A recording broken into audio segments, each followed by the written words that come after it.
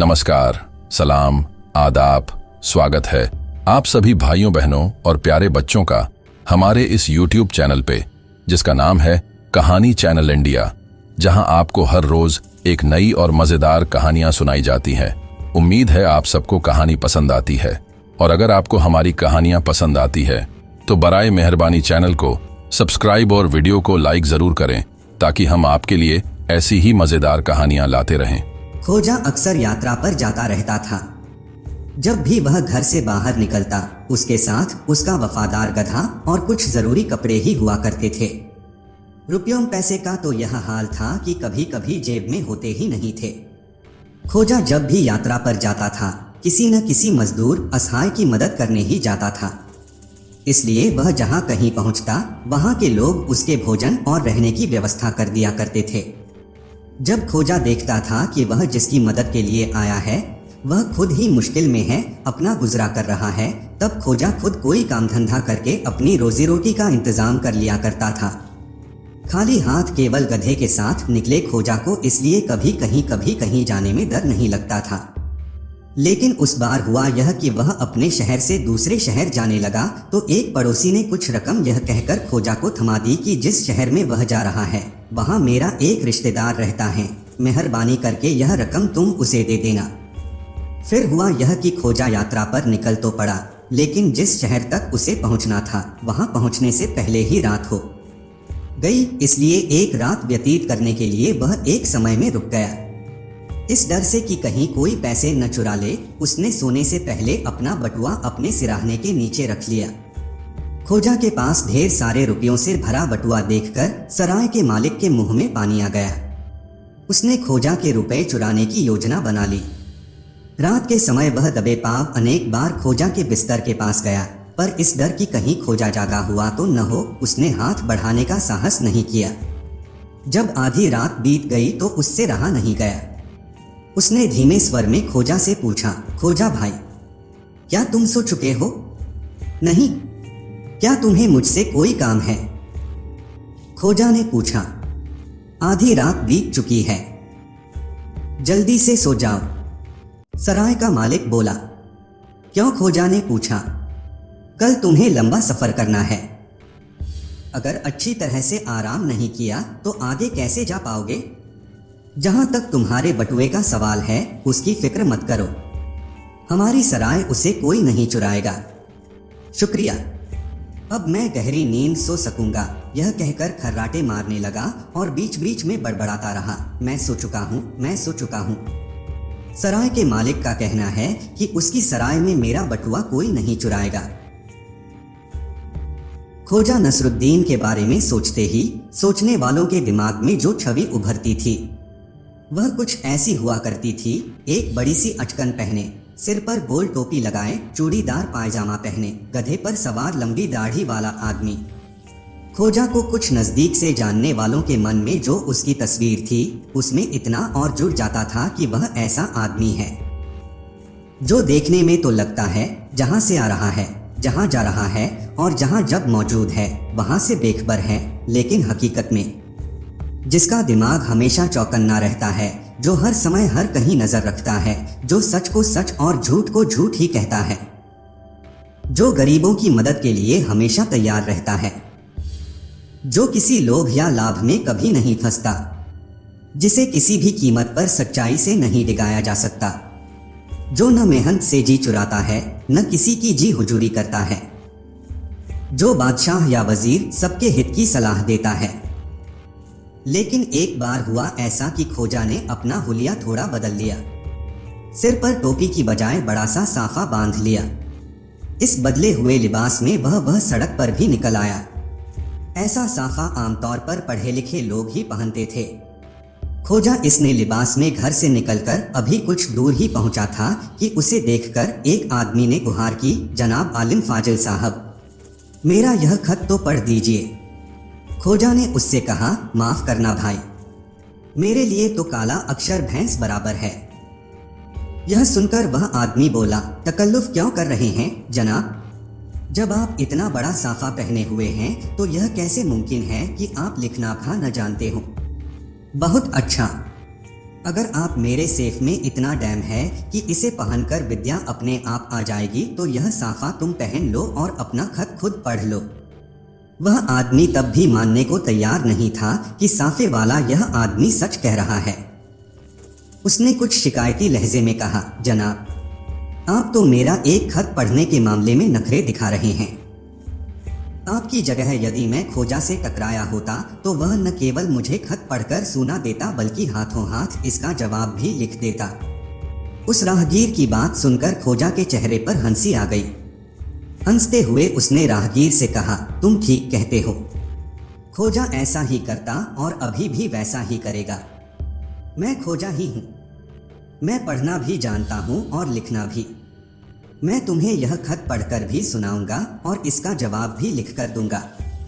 मैं दरअसल आप लोगों को यह बताने के लिए निकला हूँ कि केवल साफा बांधने से कोई पढ़ा लिखा नहीं हो जाता। एक बार खोजा शिकार खेलने जंगल में गया। वहां और कोई तो शिकार करने योग्य जानवर मिला नहीं। एक पहाड़ी बकरी जरूर उसके हत्थे चढ़ गई।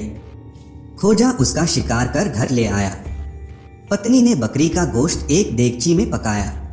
खोजा ने अपने कुछ इष्ट मित्रों को दावत दी। सबने मिलकर पहाड़ी बकरी का गोश्त खाया।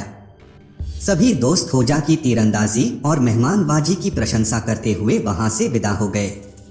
दूसरे दिन कुछ आवारा किस्म के नौजवान खोजा के घर पहुंचे और उससे बोले, खोजा भाई, हम तुम्हारे दोस्त के दोस्त हैं। सुना है तुम एक पहाड़ी बकरी मारकर घर लाए हो।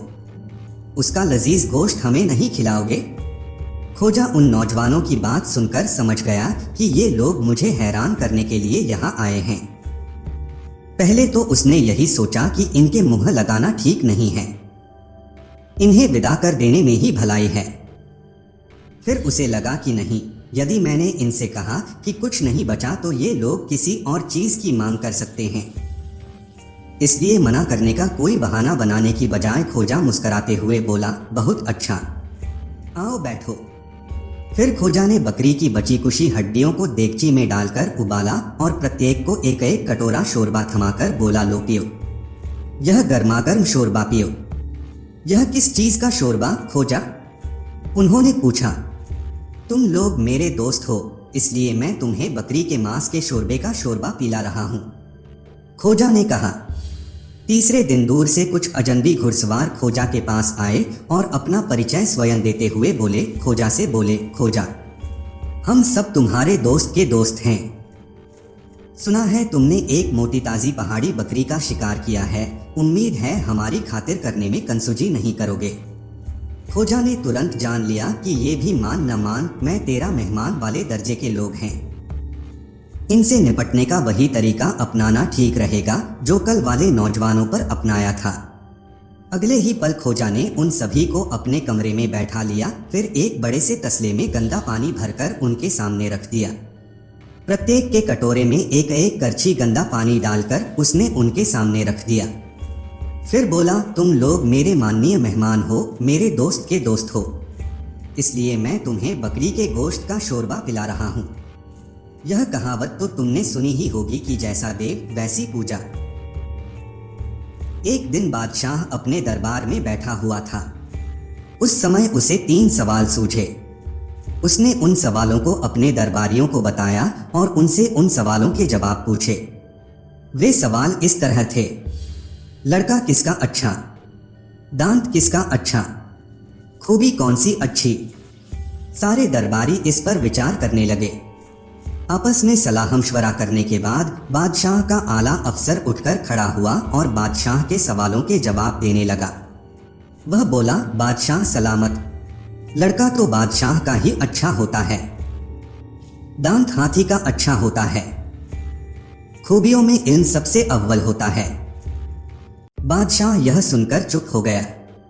खोजा उस समय वहां मौजूद नहीं था। बादशाह को यह उम्मीद थी कि इस मौके पर खोजा यहाँ होता तो जरूर कोई निराली बात बताता। यह सोचकर उसने खोजा को बुला लाने के लिए नौकर को खोजा के घर भेज दिया। नौकर गया और खोजा को बुला लाया। बादशाह ने खोजा से वही 3 सवाल पूछे। जवाब में खोजा ने कहा, आलमपना, लड़का गाय का सबसे अच्छा होता है, दांत हल का अच्छा होता है, खूबियों में हिम्मत सबसे बढ़कर होती है। बादशाह ने यह सुनकर खोजा से कहा, खोजा, तुम जो कह रहे हो क्या उसे साबित भी कर सकते हो? हाँ जहांपना, साबित भी कर सकता हूं। खोजा ने बड़े आत्मविश्वास के साथ कहा। तो साबित करो। हाँ हाँ अभी लीजिए, खोजा ने बताना शुरू किया। आलमपना, गाय का बेटा यानी बछड़ा इसलिए सबसे ज्यादा बढ़कर होता है क्योंकि उसी को हल में जोतकर किसान अनाज बोता और उगाता है। यदि बछड़ा न हो तो जमीन कैसे बोई जा सकती है? यदि जमीन न बोई गई तो अनाज कैसे पैदा हो सकता है? अन्न से ही तो हमारा जीवन चलता है। उसके गोबर से ही तो खाद बनती है जिसका किसान की पैदावार बढ़ती है। रहा आपके दूसरे प्रश्न का जवाब तो वह सुन लीजिए। दांत हल का इसलिए अच्छा होता कि उसी के द्वारा जमीन जोती और बोई जाती है जिससे पैदावार बढ़ती है और आपका व सबका जीवन चलता है। जरा सोचिए हुजूर, जब जमीन बोई ही न जाएगी तो दुनिया खाएगी क्या? अब तीसरे प्रश्न का जवाब भी सुन लीजिए। मैंने कहा है कि खूबियों में सबसे बढ़कर हिम्मत होती है क्योंकि हिम्मत के बिना तो सब कुछ बेकार है। जो बहुत बहादुर है किंतु उसमें हिम्मत नहीं है तो वह कुछ नहीं कर सकता। इसलिए हर इंसान में हिम्मत होनी चाहिए, तभी कोई सिद्ध हो सकता है। खोजा ने तीनों सवालों के जवाब इतनी असरदार आवाज में दिए कि बादशाह को तसल्ली हो गई। उसको खोजा की बुद्धिमानी पर पहले से ज्यादा यकीन हो गया। उसकी नजरों में खोजा की इज्जत और भी बढ़ गई। जब से खोजा काजी बना उसकी अदालत में इंसाफ की गुहार लगाने वालों का तांता लगा रहने लगा। जिन गरीब लोगों के मुकदमे किसी और काजी के इलाके में आते थे वे भी यह सोचने लगे कि काश उनका मुकदमा भी खोजा की अदालत में आ जाता। कई लोग यह दुआ करने लगे कि एक बार और बादशाह को सद्बुद्धि आ जाए। खोजा को काजी बनाकर बादशाह ने जो समझदारी और जनता की भलाई का काम किया है, उसी तरह यदि वह यह ऐलान कर दे कि मुल्क के तमाम मुकदमे खोजा की अदालत में ही होंगे तो उन्हें भी इंसाफ का मुंह देखना नसीब हो जाए। देखते ही देखते खोजा के इंसाफ डंका बजने लगा। डंके की यह आवाज बादशाह के कानों तक भी पहुंची। बादशाह ने एक दिन खोजा को अपने दरबार में तलब कर लिया। दरअसल बादशाह अपने और तमाम काजियों और अधिकारियों के सामने खोजा से यह जानना चाहता था कि वह ऐसा इंसाफ कैसे करता है जिसे सुनने के बाद जिसके पक्ष में इंसाफ सुनाया गया वह तो खुश होता ही है, जिसके खिलाफ फैसला सुनाया गया वह भी अपनी फरियाद लेकर किसी और अदालत में पेश नहीं होता। बादशाह चाहता था कि खोजा के इंसाफ का तरीका अन्य काजी भी अपनाएं जिससे आवाम में बादशाह की और भी वाहवाह हो। खोजा के पहुंचने पर बादशाह बोला, खोजा, हमने सुना है कि तुम्हारे पास काम का बहुत अधिक बोझ है। हम तुम्हारा बोझ कुछ काम करना चाहते हैं। तुम इन दूसरे काजियों को अपना इंसाफ करने का तरीका बताओ ताकि ये भी उस पर अमल कर सके। इससे एक तरफ तुम्हारा काम का बोझ कुछ काम होगा, दूसरी तरफ प्रजा जल्दी से जल्दी और भी खुशहाल हो जाएगी। बादशाह की नेक बातें सुनकर खोजा बोला, जहांपना, जहां तक मेरे इंसाफ करने के तरीके की बात है, मैं दूध का दूध और पानी का पानी करता हूँ। इंसाफ की गद्दी पर बैठने के बाद मैं ये जानना गवारा नहीं करता कि कौन अमीर है और कौन गरीब, कौन मेरा है और कौन पराया, किसकी जेब में क्या है और किसकी पहुंच कहाँ तक है। अब रहा सवाल प्रजा को खुशहाल करने का, तो उसका तरीका तो बहुत आसान है। बस जरूरत है नेक नीयत की।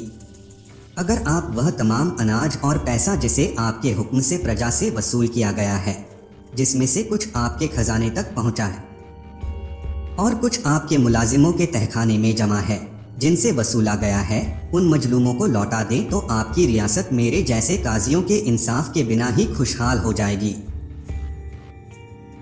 मुल्ला नसीरुद्दीन को अपने गांव से गुजरने वाली नदी का किनारा बहुत अच्छा लगता था। जब कभी भी मुल्ला नसीरुद्दीन का मन बेचैन होता तो वह नदी किनारे आकर बैठ जाया करता और वहां की प्राकृतिक शावलियों में खोसा जाता। नदी के किनारे ऐसे तो अनेक पेड़ लगे थे, किंतु मुल्ला नसीरुद्दीन एक पूर्ण विकसित आम के पेड़ के तने के सहारे बैठ जाता और वहीं से नदी की चंचल लहरों की सुषमा निहारता रहता। नदी के पास ही अफीम का अड्डा था जहां नशेड़ी आते जाते रहते थे। इन नशेड़ियों में एक बहुत मजबूत कदकाठी का दबंग व्यक्ति भी शामिल था। एक दिन वह नशेड़ी अफीम के अड्डे से निकला और अफीम की पिनक में नदी के किनारे बैठे मुल्ला नसीरुद्दीन को देखा। उसे उसकी नोकदार टोपी बहुत अच्छी लगी। वह मुल्ला नसीरुद्दीन के बहुत करीब पहुंच गया। उसने हाथ बढ़ाकर उसकी टोपी खींच ली और टोपी को हवा में उछालकर ही कर हंसने लगा। मुल्ला नसीरुद्दीन ने पीछे घूमकर देखा तो उसकी बुद्धि ने कहा, बेटा नसीर, इस मुस्टंडे से भिड़ने की बजाय खीसे निपौर कर मामला रफा दफा कर लो, इसी में तेरी भलाई है। और मुल्ला नसीरुद्दीन ने झेंपी सी हंसी हंसते हुए अपनी टोपी उठा ली। जब तक वहां यह मुस्टंडा खड़ा रहा तब तक मुल्ला नसीरुद्दीन अपने हाथ में टोपी थामे रहा। उस अफीमची मुस्टंडे ने मुल्ला नसीरुद्दीन को दूसरे दिन भी उसी आम के पेड़ के नीचे उसी तरह नोकदार टोपी पहने बैठे देखा तो वह फिर शरारत पर उतारू हो गया और मुल्ला नसीरुद्दीन के पीछे दबे पांव आकर उसकी टोपी खींचकर दूर उछाल दिया। और बीते कल की तरह खिसियानी हंसी हंसता हुआ मुल्ला अपनी टोपी उठा लाया और हाथ में टोपी थामकर फिर से आम के पेड़ के नीचे आकर बैठ गया। अब यह नियम सा हो चला था। प्रायः रोज शाम को टहलते हुए मुल्ला नसीरुद्दीन नदी किनारे आता और आम के पेड़ के तने के सहारे बैठता। दूसरी तरफ से अफीम के नशे में मस्त मुस्टंडा आकर उसकी टोपी उछाल देता। मुल्ला नसीरुद्दीन उस हट्टे कट्टे मुस्टंडे को देखकर अपना मन महसूस कर रह जाता। वैसे मुल्ला नसीरुद्दीन उस मुस्टंडे को सबक सिखाने की तरकीबें सोचता रहता था, मगर उसे सबक सिखाने की कोई सूरत नजर नहीं आ रही थी। तभी सुल्तान की ओर से उसके गांव में एक पहलवान को हवलदार बनाकर भेजा गया। मुल्ला नसीरुद्दीन उस दिन जरा पहले ही नदी किनारे आ गया था। हवलदार गांव के चप्पे चप्पे को समझ लेने के इरादे से गश्त लगाते हुए नदी किनारे पहुंचा और मुल्ला नसीरुद्दीन को वहां नोकदार टोपी पहने बैठा देखकर उससे रुआब में पूछा, तुम कौन हो और यह अजीब सी टोपी क्यों लगाए बैठे हो? मुल्ला नसीरुद्दीन ने एक झलक में हवलदार की कदकाठी देखी और बोला, मैं मुल्ला नसीरुद्दीन हूँ और यह जादुई टोपी लगाकर नदी किनारे परियों की जलक्रीड़ा देखने के लिए यहाँ बैठा हूँ। परियों की जलक्रीड़ा? हवलदार बैंका। हाँ, इस टोपी को पहनकर इस आम के पेड़ के तने से सटकर निर्विघ्न बैठने से नदी में आने वाली परियों साफ दिखाई देती हैं। ओह, कितनी सुंदर होती हैं परियां, मुल्ला नसीरुद्दीन ने मुग्ध स्वर में कहा। हवलदार ने पूछा, तुमने देखी हैं परियों? नहीं भाई, नहीं देख पाया। इस टोपी को पहनने के साथ यह शर्त भी है कि परी देखने की इच्छा रखने वाला टोपीधारी व्यक्ति किसी भी कारण से नदी का पानी छोड़ कुछ और न देखे। मैंने जब कभी भी प्रयास किया, किसी न किसी व्यवधान के कारण मेरी टी डगमगा गई और मैं इस सुख को पाने से वंचित हो गया। मुल्ला नसीरुद्दीन ने अफसोस जताया। मैं इस गांव का हवलदार नियुक्त हुआ हूँ सुल्तान की तरफ से। लाओ टोपी मुझे दो, मैं आज परियों की जलक्रीड़ा देखूंगा, तुम फिर कभी देख लेना। टोपी तो तुम्हारे पास रहेगी ही, हवलदार ने मुल्ला नसीरुद्दीन से कहा। मुल्ला नसीरुद्दीन यही तो चाहता था। उसने तुरंत अपनी टोपी उतारी और हवलदार को देते हुए कहा, हाँ हवलदार भाई, आप ही आज परियों की जलक्रीड़ा देख लो, मैं फिर कभी देखूंगा। हवलदार ने टोपी पहनी। मुल्ला नसीरुद्दीन ने उसे आम के पेड़ के तने से सटकर बैठने का तरीका सिखाया और उसे फिर से समझाया, ध्यान रहे, तुम्हारी नजर नदी की प्रवाहित धारा पर ही टिकी रहे, किसी भी कारण से बाएं दाएं देखने की कतई जरूरत नहीं। हवलदार ने हामी भरी और नोकदार टोपी पहनकर बैठ गया आम के पेड़ के नीचे। मुल्ला नसीरुद्दीन ने भी अपने को एक पेड़ की ओट में कर लिया। हवलदार परियों के आसमान से उतरने की प्रतीक्षा कर रहा था और मुल्ला नसीरुद्दीन मुस्टंडे के आने की प्रतीक्षा। मुल्ला नसीरुद्दीन की प्रतीक्षा जल्दी ही पूरी हुई। हर रोज की तरह मुस्टंडा आया। उसने नोकदार टोपी पकड़कर खींची और उसे दूर फेंककर ही करने लगा, लेकिन अभी हंसी के कारण उसकी बंद हुई आंखें खुल भी नहीं पाई थीं कि उसके चेहरे पर हवलदार का जोरदार घूंसा पड़ा। वह 2-3 कदम पीछे चलता हुआ संभला। उसकी आंखों के आगे तारे नाचने लगे। वह अभी संभला भी नहीं था कि हवलदार ने उसकी गिरेबान थाम लिया और गर्जा, तेरी हिम्मत कैसे हुई टोपी में हाथ लगाने की, और ताबड़तोड़ उस पर घूंसे बरसाने लगा। मुल्ला नसीरुद्दीन घूंसे गिन रहा था, 31, 32, 33, रहने दो हवलदार साहब, 1 महीने से ज्यादा की सजा हो गई। लो मैं ले आता हूँ टोपी। और मुल्ला नसीरुद्दीन टोपी उठाकर ले आया। मुल्ला वहीं खड़ा हो गया जहाँ मुस्टंडे की धुनाई में हवलदार लगा हुआ था। मुल्ला के दोबारा कहने पर हवलदार ने घूंसे बरसाना बंद कर दिया तो रोज की तरह खिसियानी हंसी हंसते हुए मुल्ला नसीरुद्दीन ने मुस्टंडे से पूछा, फिर उड़ाओगे टोपी? एक दिन बादशाह और खोजा एक साथ नहाने गए। रास्ते में एक जगह बिकने के लिए लाइन लगाकर बैठे गुलामों को देखकर बादशाह ने खोजा से पूछा, अगर मुझे बाजार में एक गुलाम के तौर पर बेचा जाए तो क्या कीमत मिलेगी? खोजा ने बोला, ज्यादा से ज्यादा 10 रुपए। यह सुनकर बादशाह गुस्से से आगबबूला हो गया। बौखला कर बोला, तुम निहायत बेवकूफ आदमी हो। जान पड़ता है तुम्हारी अक्ल घास चरने गई हुई है। यह ठीक है कि इस समय मैंने हीरे जवाहरात नहीं पहने हुए हैं, लेकिन मैंने जो रेशमी गाउन पहना हुआ है उस अकेले की कीमत ही 10 रुपयों से कहीं ज्यादा होगी। खोजा ने कहा, आपने सही अंदाजा लगाया जहांपना। यकीनन इस गाउन की कीमत 10 रुपए से कहीं ज्यादा हो सकती है, लेकिन वह क्या है कि बाजार का चलन ही कुछ ऐसा है कि जो भी पुरानी चीज बिकने आती है उसकी पूरी कीमत कोई नहीं देता, आधी पौनी ही देता है। मैंने दरअसल इस गाउन की ही तो कीमत लगाई थी। और मेरी? बादशाह ने पूछ, आपकी भला कोई क्या कीमत लगाएगा? इस मुल्क में कोई इतना अक्लमंद नहीं जो यह जान सके कि आपका क्या इस्तेमाल हो सकता है। खोजा के कथन का बादशाह ने यह अर्थ लिया कि वह तो बेशकीमती है, इसलिए कोई उसे नहीं खरीदेगा। इसी खुशफहमी में फूलकर कुंपा हुए बादशाह ने बात बदलते हुए कहा, खोजा, तुम्हें अगर कभी धन और न्याय में से किसी एक चीज को चुनता पड़े तो तुम किसे चुनोगे? खोजा ने उत्तर दिया, धन को चुनूंगा। बादशाह ने हैरान होते हुए अगला सवाल किया, आखिर क्यों? तुम्हारी जगह अगर मैं होता तो जरूर न्याय को चुनता, धन को नहीं। धन तो आसानी से हासिल हो जाता है पर न्याय मुश्किल से मिलता है कि नहीं? खोजा ने सफाई दी, जहांपना। आदमी 2 किस्म की चीजों को पाने की तमन्ना पालता है। पहली तो वह चीज जिसका उसके पास अभाव हो और दूसरी वह चीज जिसके मिलने की उसे थोड़ी बहुत उम्मीद हो। जो चीज जिस मुल्क में मिल ही न सके उस पाने की तमन्ना पालने का लोभ क्या। एक दिन जब से बादशाह बाजार से लौटा था तब से वह बेहद उदास था। महल मुलाजिम हैरान थे कि वहां न तो कोई मनहूस मंजर देखने को मिला, न कोई फरियादी ही टकराया। फिर भी बादशाह जब से लौटा है उदास क्यों है? बादशाह ने अपनी सभी वजीरों को बुलाकर अपनी उदासी की वजह बताई, लेकिन किसी ने समाधान नहीं बताया।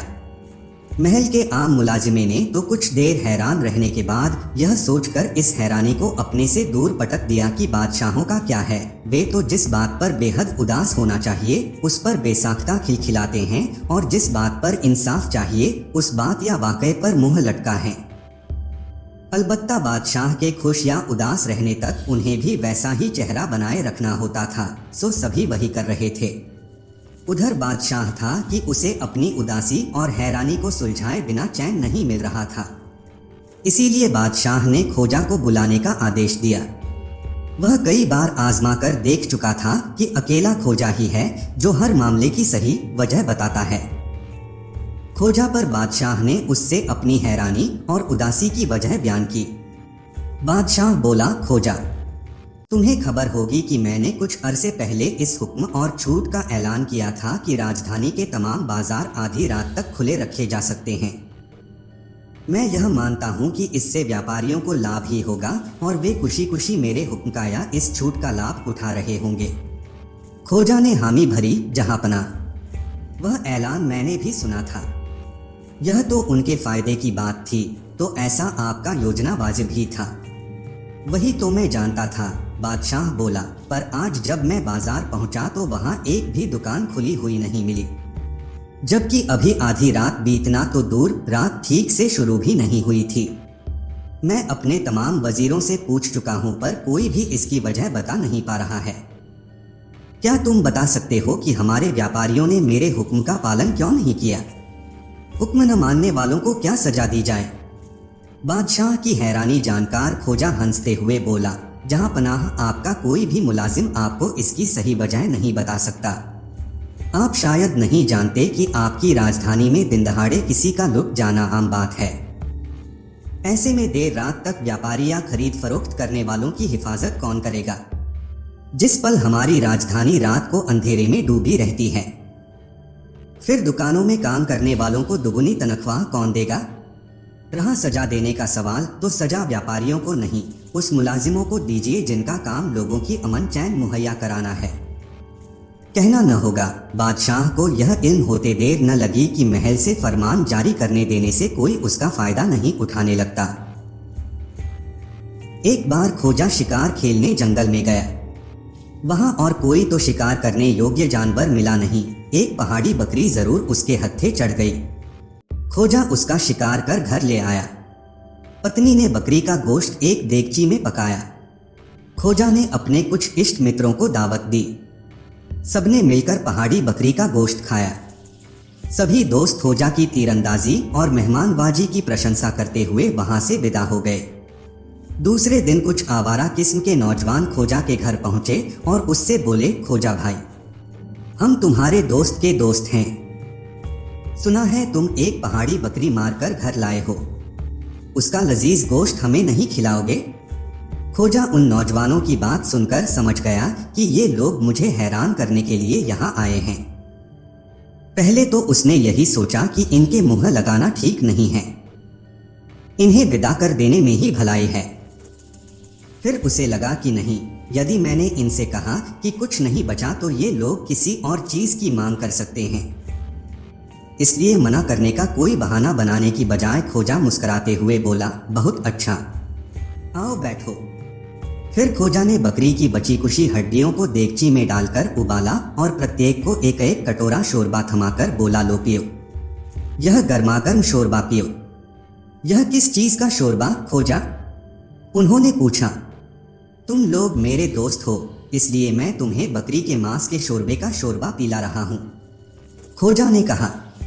तीसरे दिन दूर से कुछ अजनबी घुड़सवार खोजा के पास आए और अपना परिचय स्वयं देते हुए बोले, खोजा से बोले, खोजा, हम सब तुम्हारे दोस्त के दोस्त हैं। सुना है तुमने एक मोटी ताजी पहाड़ी बकरी का शिकार किया है, उम्मीद है हमारी खातिर करने में कंसुजी नहीं करोगे। खोजा ने तुरंत जान लिया कि ये भी मान न मान मैं तेरा मेहमान वाले दर्जे के लोग हैं।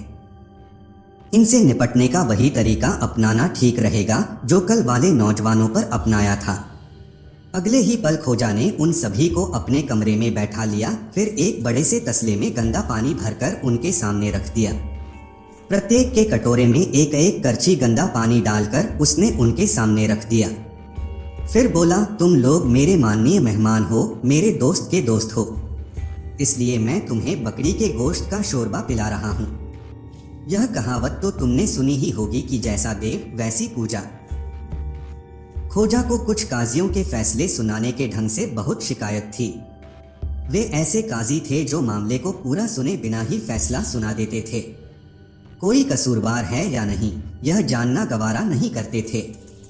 हालांकि खोजा की कोशिश यही रहती थी कि वह जब भी किसी काजी के पास किसी गरीब का मुकदमा लेकर जाए तो उस गरीब के साथ अन्याय न होने पाए, लेकिन ऐसे काजियों की अदालत में खोजा को मायूसी ही हाथ लगती थी। उस गरीब आदमी से ज्यादा दुखी तब खोजा होता है। एक बार तो खोजा पर बहुत बुरी बीती। खोजा सड़क पर चला रहा था। अचानक एक पत्थर से ठोकर लगी और वह मुंह के बल जा गिरा।